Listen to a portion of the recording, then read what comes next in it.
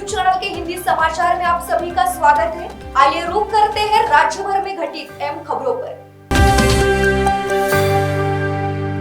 हर साल 15 अगस्त को भले ही देश आजादी का जश्न धूमधाम से मनाता हो, लेकिन इसी दिन की पहली रात को हुआ देश का बंटवारा आज भी देश के इतिहास में काली स्याही से लिखा गया है। इस दिन लाखों की तादाद में सिंधी और पंजाबी भाइयों को पाकिस्तान छोड़कर भारत में आश्रय लेना पड़ा था। ये वह दिन था जब मजहबी दंगलों में हजारों लोगों को काट कर फेंक दिया गया था। किसी के घर की जाने गई तो किसी को अपना घर, व्यापार और उम्र भर कमाई हुई सारी पूंजी छोड़कर भारत में शरण लेना पड़ा। भारत की सरकार ने इन सभी शरणार्थियों को रेफ्यूजी कार्ड देकर इस देश में बिना किसी खौफ के पूरी हिफाजत के साथ रहने देने का वादा किया था। इस बात को 75 साल से ज्यादा का वक्त बीत गया, लेकिन आज भी इस देश में रहने वाला सिंधी भाई अपने हक और अधिकार को पाने के लिए सरकारी दफ्तरों के चक्कर काट रहा है। शहर के खामला स्थित सिंधी कॉलोनी में रहने वाले लीला राय शर्मा जिला प्रशासन की नजरअंदाजी के चलते पिछले 30 सालों से जिलाधिकारी कार्यालय के चक्कर लगा रहे हैं। जब देश का बंटवारा हुआ तब सिंधी समुदाय को सरकार की ओर से एक रेफ्यूजी कार्ड दिया गया था और उन्हें शरणार्थी के तौर पर भारत में शरण दी गई थी।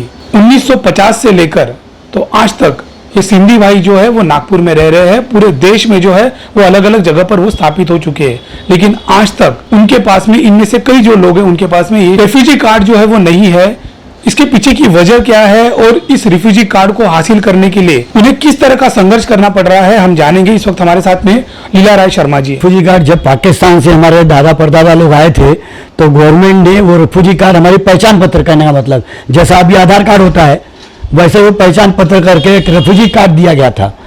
उस समय ऐसा था कि खाने के लिए रोटी नहीं थी, पहनने के लिए कपड़ा नहीं था, दर दर भटक रहे थे। तो वो रिफ्यूजी कार्ड कहाँ कौन संभाल के रखता है?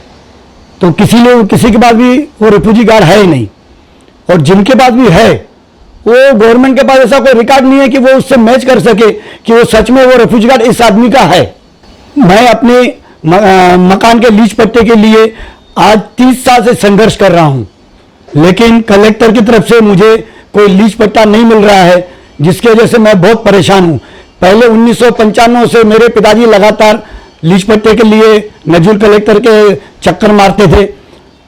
पिताजी की मृत्यु के बाद 2008 से 2024 तक पर डे मैं जाता हूं कलेक्टर ऑफिस, और कई इस दौरान 1995 से आज तक कई कलेक्टर आए और चले गए, लेकिन किसी ने भी हमारा काम नहीं किया। लीला राय शर्मा के मुताबिक उनको उनके परिवार के स्वास्थ्य और कारोबार को आगे बढ़ाने के लिए प्लॉट के लीज की जरूरत है, लेकिन उनको प्लॉट संबंधी कागजों की कमी का हवाला देकर नो ऑब्जेक्शन सर्टिफिकेट के नाम पर शहर के अधिकांश सरकारी कार्यालयों के चक्कर काटने पर मजबूर किया गया है। इस दस्तावेजों को इकट्ठा करने के लिए उनको 5 साल का समय लग गया, लेकिन जब ये कागज लेकर वह जिलाधिकारी कार्यालय पहुंचे तो उनको फिर से रेफ्यूजी कार्ड लाकर देने की बात बताकर इस मामले को दोबारा वही लाया गया जहां से इसकी शुरुआत हुई थी। 1996 में कलेक्टर आई थी श्रीमती मालिनी शंकर, जिसने ये आदेश दिया था कि जिसके पास भी रेफ्यूजी कार्ड नहीं है वो पंचायत का लेटर जाके वहां दिखा दे तो उसको लीज पट्टा मिल जाएगा। और 1996 में कई लोगों को लीज पट्टे वितरण किए गए थे, लेकिन उसके बाद फिर कुछ नहीं हुआ। मैंने कई बार गया, हर बार जाता हूं, एक नए नए कागज लाने को बोलते हो, जो भी कागज उनने मांगे मैंने दिए है, लेकिन वो हर बार वो रिफ्यूजी कार्ड की वजह से काम रोक देते हैं। इलाके में कुछ लोग ऐसे हैं जिनके पास में रेफ्यूजी कार्ड भी है और उनको लीज का भी काम हो चुका है, ये कैसे क्या हो पाया? सर ऐसा है कि जो पैसे वाले लोग हैं उनका ऑटोमेटिक रेफ्यूजी कार्ड भी बन जाता है, उनका काम भी हो जाता है। जो मीडियम परिवार के लोग हैं तो उनका रेफ्यूजी कार्ड भी वहाँ नहीं चलता है और उनका वहाँ काम भी नहीं होता है। मैं सिर्फ गवर्नमेंट से एक ही सवाल पूछूंगा कि गवर्नमेंट के पास ऐसा कोई रिकॉर्ड है क्या कि जो वो रेफ्यूजी कार्ड लाते हैं उसको मैच करके देखे कि ये सच में लीला राय शर्मा है? ऐसा कोई डॉक्यूमेंट इंडिया गवर्नमेंट के पास है क्या? आज 1947 में जो हमको रेफ्यूजी कार्ड दिए गए थे वो रिकॉर्ड गवर्नमेंट के पास है क्या? अगर है तो उसमें देखे कि दौलत राय खेमराज शर्मा पाकिस्तान से आए थे कि नहीं आए थे। बार बार मुझसे क्यों पूछा जाता है कि तुम्हारे पिताजी आए थे कि नहीं आए थे, उसका सबूत दो।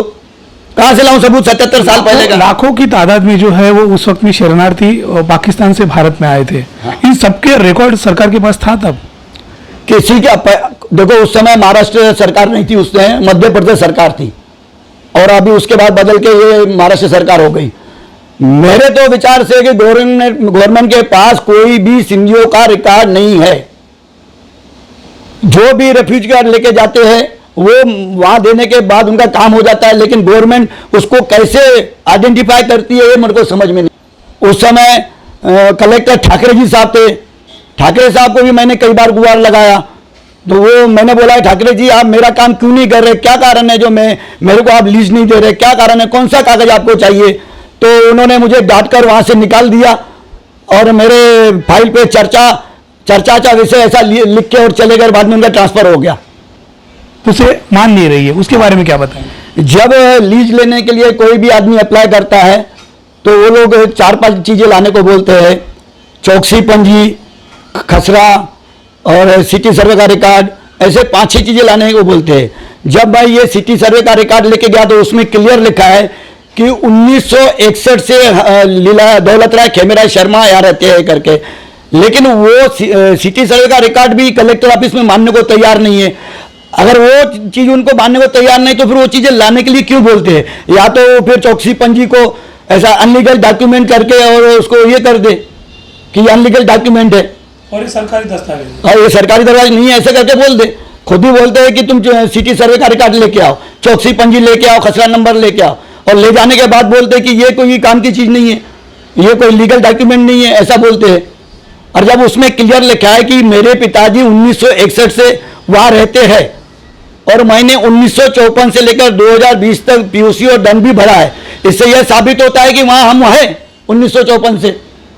तो फिर क्यों नहीं मुझे लीज दी जा रही है? बार बार क्यों पूछा जा रहा है कि आप हमको डॉक्यूमेंट दो कि यहां तुम रहते हो करके 1954 से? लीला राय शर्मा का 4 मंजिली मकान महज 430 फीट का है, जहां अपने रोजी रोटी का जुगाड़ करने के लिए उन्होंने बर्तन की दुकान खोली है। वह अपने परिवार समेत 4थे माले पर रह रहे हैं। उनकी पत्नी को शुगर, थायराइड, हार्ट समेत कई गंभीर बीमारियों ने जकड़ रखा है और उनकी 36 वर्षीय बेटी जन्म से ही मतिबंद होने के चलते उसे ज्यादातर मेडिकल ट्रीटमेंट के लिए ले जाना पड़ता है। सर हमको इसलिए लिफ्ट की जरूरत है क्योंकि मेरी बेटी है मतिमंद, तो वो 35 साल की है और मुझे हार्ट प्रॉब्लम है, प्लस उसके अलावा मुझे और बहुत सारी बीमारियां हैं जो कि मैं 4 फ्लोर उतर नहीं सकती हूँ, तो इसलिए मुझे लिफ्ट चाहिए। मैं सरकार से दरख्वास्त करती हूँ कि आप जल्दी से जल्द मुझे लीज दिला दीजिए।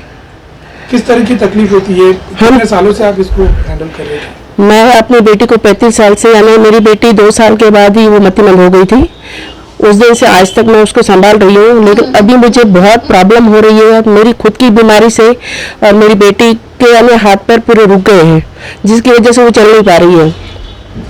तो उसको नीचे उतारने में, डॉक्टर को दिखाने में मुझे बहुत बड़ी प्रॉब्लम हो रही है। इसलिए मैं चाहती हूँ कि मुझे लीज दे ताकि मैं कुछ लिफ्ट वगैरह लगा सकूँ जिससे मैं नीचे उतर सकूँ। महाराष्ट्र सरकार मेरा नहीं सुन रही, इंडिया गवर्नमेंट मेरा नहीं सुन रही, कहाँ जाऊं कुछ समझ में नहीं आ रहा, किसके पास जाऊं, किससे गुहार लगाऊं? मेरी परिस्थिति बहुत खराब है, मेरी वाइफ की तबीयत खराब है, मेरी लड़की मतिमंद है, 35 साल की है, रोज मेडिकल जाल लेके जाना पड़ता है, 4 फ्लोर से उतारना एक टेढ़ी खीर है। सर मैं और कुछ दिन देखूंगा, नहीं तो फिर वो कलेक्टर साहब के ऑफिस के पास जाके और मेरे को आत्महत्या करना पड़ेगा, बस आखिरी तो वही है, हो सकता है उसके बाद इनकी आंखें खुले। बेटी के बढ़ते वजन और बीवी की बीमारी से उनको मकान में लिफ्ट लगाना जरूरी हो चुका है, जिसके लिए उनको जमीन की लीज मिलना बेहद जरूरी है। लेकिन जिला कार्यालय की उदासीनता से और इस कदर परेशान हो चुके हैं कि अब इस बुढ़ापे में सरकारी दफ्तरों के चक्कर लगाना उनके लिए मुश्किल होता जा रहा है। लिहाजा अब जिलाधिकारी कार्यालय के सामने आत्महत्या करने के अलावा मेरे पास कोई इलाज नहीं बचा, इस तरह का विचार लीला राय शर्मा के मन में घर करता जा रहा है। ऐसे में अब नागपुर के कलेक्टर इस गंभीर विषय में क्या रुख लेते हैं, इस ओर पूरा सिंधी समुदाय का ध्यान लगा हुआ है। कैमरामैन प्रवीण के साथ सनी भोंगाड़े, शंखनाद न्यूज, नागपुर।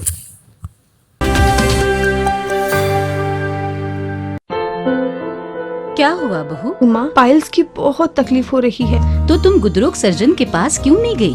देखो, जैसे हार्ट के लिए हार्ट स्पेशलिस्ट, ब्रेन के लिए ब्रेन स्पेशलिस्ट, तो पाइल्स के लिए पाइल स्पेशलिस्ट क्यों नहीं? स्त्री हो या पुरुष, टॉयलेट में तकलीफ केवल पाइल्स ही नहीं और भी कई प्रकार के गुदरोग तथा कैंसर भी हो सकता है। इसीलिए इसकी प्रत्यक्ष जांच जरूरी है। ठीक है माँ, पर जांच के लिए हम जाएंगे कहाँ? वही काले आयुर्वेदिक पाइल्स हॉस्पिटल में। लेकिन माँ, प्रेगनेंसी में पाइल्स की दवाइयाँ?